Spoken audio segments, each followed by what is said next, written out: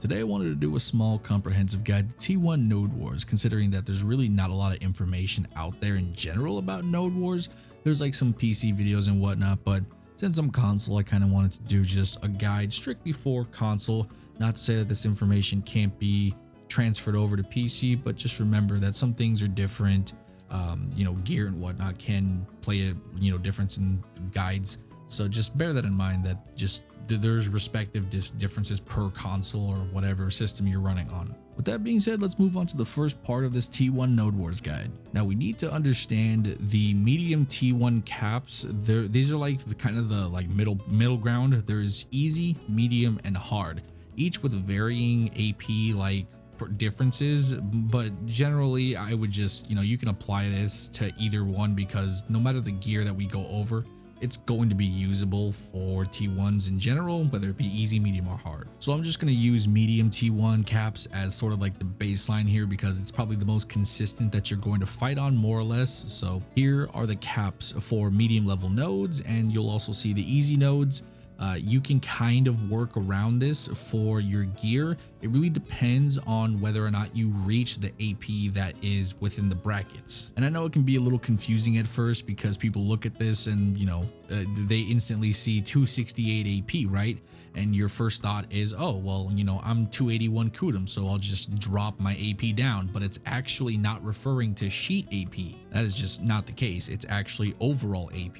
So when you add up all your AP in general together, you'll get like a larger number. So if you have I don't know, anywhere above 290-ish AP, that's sheet, your AP will most likely be upwards of 500, 600, something like that.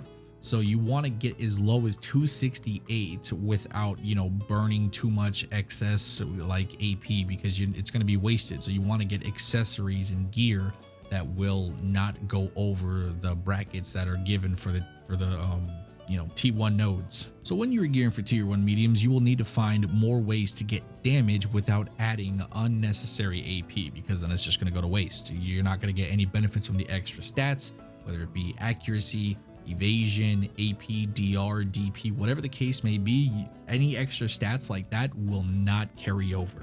I'll talk more about the statistics here in a minute, but I want to go over how to get more damage first, because that's going to be the most important thing, and people are going to struggle with T1s, because you are far more tanky in these node wars, because you can't just stack a million AP and just one-shot people. You actually have to combo, you have to play with your team composition and actually work together, because if you try and solo it, you're going to be upset. You're genuinely going to be upset. Unless you are on a flex team or something like that, you will not be fighting by yourself very often. Now, the best way to get more damage out there is finding accessories or gear or weapons, whatever the case may be, that will add more damage with special effects and not just sheet AP. An example would be the Chimera Pupil gem earrings. These are absolutely fire. They give you 10% per earring, by the way, on down attack, which is insane, because if you play a class that's very good at CCing, or they have a grab, like for me, for example, I'll play, Awakening Berserker, and he's got 2 grabs that are very reliable. I play Warrior, which has a lot of reliable CC options as well as a grab. So just in general, these benefit my class in an insane amount. But even if you don't have a, reliable CC, like for example, Dracania, she doesn't exactly have very reliable CCs in large scale, or just CCs in general. So she usually struggles with kind of the 1v1 scenario. And that's why she hits hard, because she's just, she's that class. She throws AP at you, but you can't necessarily do that on T1s, because, gear's capped. She still hits hard, but you're not one-shotting anybody. So even if you do play a class that doesn't benefit from, any kind of crowd control, whether it be a knock, float, whatever the case may be, you can still benefit because you're playing with your Node War team. So let's say I'm on your team and I play a warrior and I get a grab. You can follow up on that grab. They're on the floor, so therefore you get the 10%. Well, it would be 20% for the each earring. So you would be able to follow up on my CC and you do more damage now. So no matter the case of what you are playing, you need these earrings at all given times. And if you're wondering where to pick up these earrings, you can go to Trent, and it's one of the vendors there. I think it's the armor vendor, I think is what it's like, the big fat guy. You just kind of walk around Trent and you'll be able to find it. It's super simple. But along with the Chimera earrings, you're going to want to pick up something called the Cayenne Necklace, which is insanely good for a neck piece because, again, you have like, maybe your Capotia necklace or maybe any other like a Leighton or something, and that will be your downfall because it's wasted AP. You're not going to need that. So you want to pick up the Cayenne Necklace, which will give you an additional back attack damage plus 10%. Very good for the flankers that are going around, Musas, Meiwas, anybody that tries to get into the back line and deletes the archers, the rangers, the casters, range classes, etc. If you are a person that benefits from flanking a lot, this Cayenne Necklace is totally necessary for you. But once again, even if you're not, you should still have this because if you get a back attack, you're going to do more. So even if you're not one of those classes, you still should have this. These percentages are not really affected by the caps at all. So these are really, really good for getting more damage without having to stack AP. So you will be using these accessories at all given times for any T1, whether it be easy, medium, or hard. Now, when it comes to armor and weapons, nothing really changes here from your normal gear. If you have, Tet Fallen God, this doesn't make a difference at all. Like you could have, either that or a base Tuvala piece of gear, or maybe a dim tree at Tet or Pen. It doesn't make a difference. It genuinely doesn't. No matter what, you are going to be well above the DR cap, the DP cap. It's full Tuvala seasonal gear is more than the caps. So even if you end up with that kind of gear, you can still do T1s perfectly fine and not have to worry about changing anything. It's all over the DP cap regardless, so don't worry too much about gear and weapons. I do need to mention though, your offhand should always be a Rosar weapon. The reason you want an ultimate Rosar weapon is because you can slot it with corrupted magic crystals, which give you 20% critical hit damage, which means, when you're getting crits, you're doing that much more damage, which isn't affected by the caps. Not only that, but you get all special attack extra damage plus 10%. So you're stacking crit and you're also stacking some special attack extra damage, which, that translates to down attacks, air attacks, back attacks, anything that is a special attack, you will now get 10% more damage off of that. So you don't really need a super leveled up ultimate Rosar shield. I have mine at try. I was gonna buy a pen, but then I realized it was a total waste of money. So don't worry about spending an absorbing amount. I've even seen people run prize in duos because maybe they have, better gear that allows them to do so. But no matter what, you should at least have like a duo or try, whichever one you want. It's super dirt cheap. It's like 200 mil on console, super cheap. Other than that, you are pretty much good to go from just a gear, weapon, and accessory standpoint. Actually, before I forget, I do want to mention a couple other accessories that might be worth it. So for your rings, you might want to run duo red coral rings if you can afford to do so. They're not that expensive, but as long as you're able to reach the, still the AP cap. And for the way this works is the red coral rings will give you 50 stamina per ring. And this is really good for the, Mooses and Meiwas that are constantly dashing around, just, fucking playing that clown horn as they're just running away from everything. So if you are one of those classes that benefit from having more stamina, red coral earrings will be an absolute must for you. And as long as you still reach around like 185 AP, you'll still be over the caps. Even with like this T1 setup that I have on screen here, this is still over the caps for T1s, even on hard mode, because hard only has like 303 AP, I think is what it is. And the total AP for this build, at least for my gear, was C9, Dandy, and a Pen Black Star. I'm still over those. I'm still over the cap, like by a good 10. But even if you're someone that's a little bit less fortunate and maybe you're running a base Pen Dandy or even a Tet Dandy, then that just means you don't need to run both of these. You could run one and be still okay. It's just an honorable mention that you could run these if you can afford to do so. If not, it's totally okay. And the other accessory is the white coral belt, or the Manos white coral belt. This one is sort of a toss-up in the air.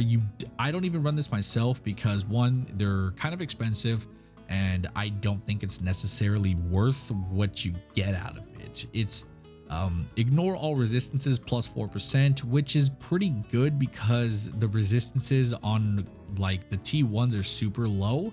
So you don't necessarily need to have this to begin with, but if you happen to have one, at least at duo, you will notice a significant difference in how easy it is to actually like CC someone. So it's, again, very negligible in my opinion, but if you just happen to be a person that owns this, then you could totally use this. It's completely viable, but I wouldn't spend the money on it. Even for a duo, it's like 500 million silver, and I know by today's standards that's kind of dirt cheap, but I'm still a tight ass, so I'm not gonna buy this. All right, moving on to crystal setups here. This is a super self-explanatory thing, but there is just kind of one crystal that is an absolute must. You're really not going to vary from your normal crystal setups because the extra stats you're not going to be able to sort of benefit from. However, the special evasion crystals, you absolutely should put these in your chest 100%. If we take a look at the T1 cap stats, you will notice that the special evasion is at 0. That does not mean it is capped at 0, just every single character has 0% special evasion. Like no character, I believe, comes with special Eva just built into their kit. So you will always be at 0%, but once again, you are not capped at 0%, that's just what you have. So when you put these special Evas in your chest, you will get 20% to evade all these types of special attacks, air attacks, back attacks, crits, anything like that will be reduced by a lot. And this is why in T1s, maybe somebody feels far more tanky than you would expect because, you're doing a full combo reset and everything and they're still not dead. 9 times out of 10, they're running these in their chest and that's what makes them super tanky. In my honest opinion, I'm being completely honest, you should probably nerf this. Like PA, please. Like this is a little much. All right, you're super tanky already in general, but I genuinely think that special evasion should be capped because there are some classes that should not be tanky in T1s, or at least be as tanky. I can assure you, there's a couple rangers that play Awakening and they will not die. Like they physically will never die. I remember fighting a ranger in T1s. I had to reset combo him into the dirt just to actually kill the man. So in my opinion, I think that special Eva needs to get nerfed for T1s because you're kind of pushing the boundaries of broken and playing, a little bit loose there. So I think that should be toned down, but that's just, me. Until that gets nerfed, I recommend using it because if it's broken, you might as well use it. Said every flavor of the month or ever. Now, if you are a Han Hoom enjoyer like me, this might be a problem for you because, well, you put Han Hooms in your chest and your helmet usually. Now, what you can do is a couple different things. You can put them in your boots because adamantines are completely useless in T1s because they go well over the resistance cap limit, so you don't need them at all. Or if you are one of the lucky bastards that have a Garm heart in your dandy, you can put them in that weapon as well. Other than that, you don't really look at any other crystals for T1s because you're not going to get any benefits out of them. I guess you could also theoretically put the Han Hooms in your sub weapon if you don't want to run Corrupteds, but in my personal opinion, Corrupteds are kind of irreplaceable because that 20% crit damage is fat. It is actually insane. So when you're playing a class like a Warrior, for example, that has insane crit modifiers, you want to have that 20% crit damage because it is just irreplaceable. And Han Hooms, you're not going to get a lot of benefits out of that, if I'm being completely honest. And even when you're not doing T1s, like let's say you're grinding, or maybe you're doing some open world Archer PvP, or just maybe you're doing GVGs, etc., you don't want to lose that sub weapon damage. So I just think it's too valuable. So the real only places that you can put Han Hooms is in your boots or your fiery dandy. Anywhere else is kind of a waste. And that really just kind of covers everything just about. Before we end the video, I'll mention some optimal classes for T1, so maybe you guys can try and, build accordingly for whatever class you may or may not want to tag, or if you're just getting into the game and you want to try and, aim for T1 NodeWars entry point, you can pick a class that will generally perform well. So some mentions for class in general for T1 NodeWars: Warrior. In general, you could play Succession or Awakening. He does phenomenal on either or. My preference is Awakening. I like the versatility. I think if you want to be more tankier, you can play Succession. He's got more AoEs as well as just more consistent guaranteed damage in terms of just, when you're fighting inside of an enemy composition, you're more likely to do a lot more in Succession than Awakening. Awakening is much more kind of outskirt fighter, more kind of just picking off the randoms that are just kind of sitting outside of the ball.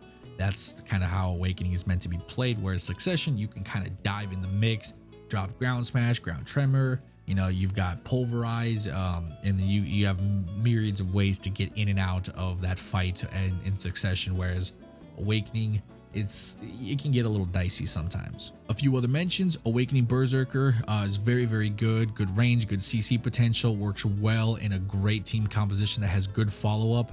Don't ever play Succession. Succession is dog shit in T1s. Don't even try it. It does no damage. Their passive is completely nullified because every bit of HP is capped at 5k, so all the extra HP Succession Berserker gets is completely wasted. So never play Succession Berserker in T1s. It's a total waste. Next up is Awakening Ranger, and any PA classes like Wizards, Witches. Awakening Valkyrie is also very solid. She's a 100 bot, so you'll get feeds on feeds if you are consistently being fed BSR. So 100% Valkyries should be a thing in T1.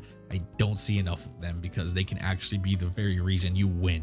Succession Guardian is also very good. Great accuracy modifiers. Not that that makes much of a difference, but if you do other things like that, she has also just great damage in general, good AoEs, good support. Black Blood Circle is one of the greatest abilities in the game and is borderline ridiculous broken, so you should abuse the hell out of that in T1s if I'm being honest. And the last one is Succession Nova. I probably shouldn't mention this because Succession Nova, we don't need any more of them shits in general. They are the bane of my existence and everybody else's existence. So if I'm being honest, she's broken in T1s. Her pets do insane damage. Her block is near about impenetrable, and she's just overall a massive nuisance. But that's going to be it for today's video. Hopefully you guys enjoyed it. I'll talk to you guys in the next one. Bye-bye.